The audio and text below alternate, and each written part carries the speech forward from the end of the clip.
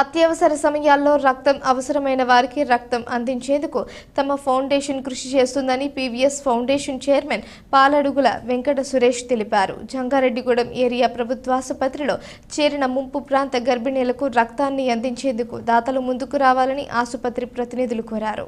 దీంతో PVS foundation ప్రతినిధులు ముందుకు వచ్చి రక్త సేకరణ ప్రారంభించారు. ఈ సందర్భంగా సురేష్ మాట్లాడుతూ అత్యవసర సమయాల్లో రక్తం అందించేందుకు తమ ఫౌండేషన్ కృషి చేస్తుందన్నారు.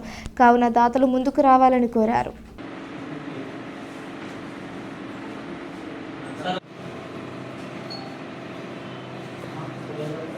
ఈరోజు ఉదయం మన జంగారెడ్డిగూడెం ఏరియా గవర్నమెంట్ హాస్పిటల్ నుంచి ఉదయం 7 గంటలన్నరకి నాకు బ్లడ్ బ్యాంక్ స్టాఫ్ వారు మొక్కమ్మ గారు ఫోన్ చేసి ఇట్లాగా ముంపు ప్రాంతాల నుంచి హాస్పిటల్కి సుమారుగా గర్భిణీ స్త్రీలు ఒక 30 మంది వచ్చారని చెప్పి తెలియజేయడం జరిగింది.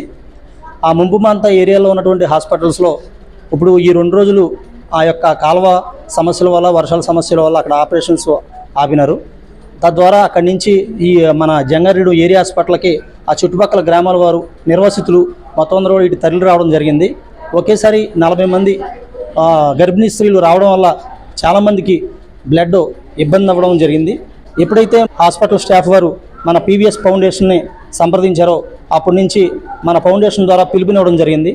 ఆ పిలుపు ద్వారా మానవతా దృక్పథంతో రక్తదాతలు తరలి వచ్చి ఈ యొక్క సమస్యని తీర్చడానికి తన వంతు ప్రయత్నం చేస్తూ ఉన్నారు. ఈ రోజున ప్రతి ఒక్కరికి కూడా రక్తం ఎంతో అవసరం అవుతుంది.